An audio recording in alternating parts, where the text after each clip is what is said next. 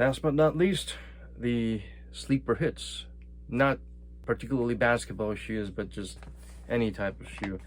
On top of my list is a Korean brand shoe called Prospex. They actually came up with uh, kind of like what Spencer Dinwiddie did with the PBX material that he researched and came up with in China, kind of like a different boost material. They had something similar with the model called X40s, and this was sort of like a throwaway. We have this, let's sell it and quickly get rid of it, dump it in the outlets or whatnot. The company clearly does not have any freaking idea what a gem this is, because I called them up and they couldn't care less what the shoe was, and they keep moving forward, trying to imitate or duplicate or look more like the Adidas Boost models and whatnot.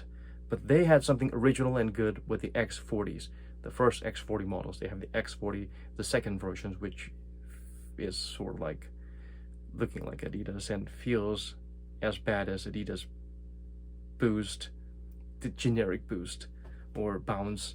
But this actually was a type of Boost material that was softer yet more responsive and decent shock absorption, and it didn't have to be way thick.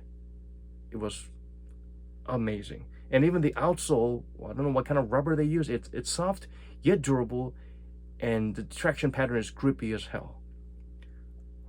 So too bad they could not use this to make basketball shoes or create more running shoes. This was supposed to be designed as a casual walking shoe, and they ditched that idea and moved on to make something that looks or resembles or feels closer to the Boost, which is a huge, sad, wrong turn for this company.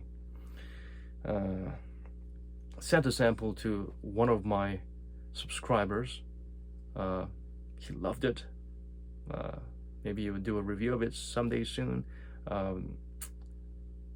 Another Korean shoe reviewer by the name of Shoe Finder Man talked about it, and the sales went through the roof, and no one could find it online anymore. It became a very rare gem, but still, the company itself doesn't know, doesn't care. So that's a tragedy. Adidas Response Control 7. I think I bought it near the end of 2019 or the very start of 2020, but through the summer, when I was having crazy 5-hour one-on-one basketball session outdoors on the asphalt, I wore this every day, and it was amazing. Adidas has this foam material called the Response Foam that they've always had since the 90s, but they don't use it as often as they should. It's better than Boost, better than Light Strike, better than Bounce when used correctly. And what makes it even more exciting for Control 7 is they actually use the 4Motion system on the heel to make sure there's a better shock absorption and impact distribution and energy return.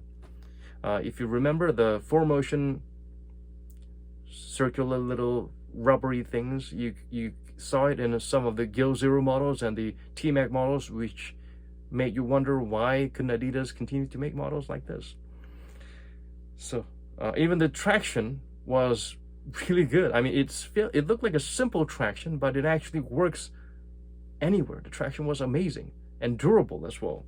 I wore one out until it got shaped. It really turned into a weird shape, because when you're playing basketball in a running shoe or a training shoe, you're always pushing the lateral area, so it actually, the shoes kind of feels all scrunched up. But I can still wear them, and the cushioning is still there, so it's amazing. Response cushioning, please use it more often, Adidas. The other Response Adidas shoe I've had was in like 2007, and I've played ball in them, and the cushioning was amazing. I didn't know what it was, and I didn't know what I had, but with the Control 7, I know what I had, and I know what I want in the future from Adidas. Nike Air Max 2X.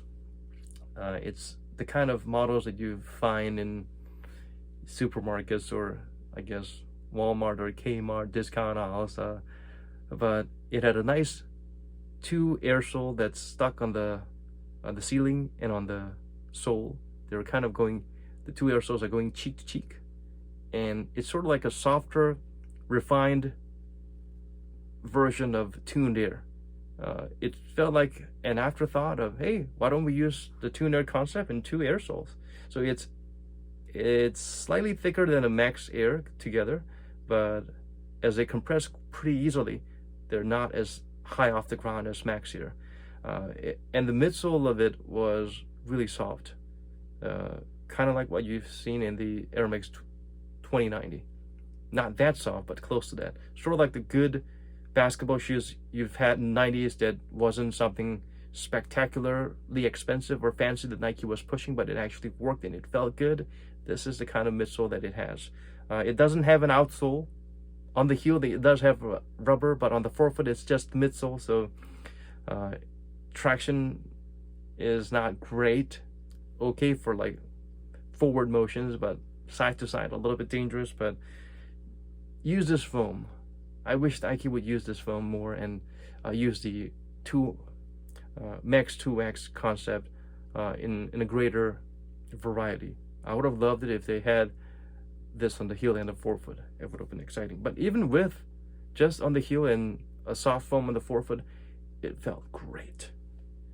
The insoles that I've found from this company that disappointed me with their ignorance of their successful products that they don't know. They've had an insole called the Impact Zone, which had a midfoot shank plate and a heel shock absorption pad, which was not crazy thick. It was pretty uniform, but it had a different density to it. So when I used it in shoes like with a little bit of a thud in the heel, like the PG4s or the Foamposites, it actually worked great. Again, I think I mentioned this in another video, but the simple name Prospex EVA insole is amazing. They say it's EVA, but it feels like Ortholite, dense Ortholite, and it's very low to the ground on the forefoot, but on the heel there's a little bit of an elevation, but it's just a little bit enough to make sure that when you wear it on shoes with nothing in the heel, like the Kyries or the Y-Not Zeros, it actually provides that additional cushioning to balance out the forefoot zoom air as well. So this is definitely something you want to keep for future use, because there will be many shoes with an unbalanced cushioning, great in the forefoot and nothing in the heel, because that seems to be the trend these days. So these are my summary of 2020 in shoes. I'll be back with more next time. Hope you have a happy new year, a safe new year. I think 2021 can never be as bad as 2020. So here's to a great new year.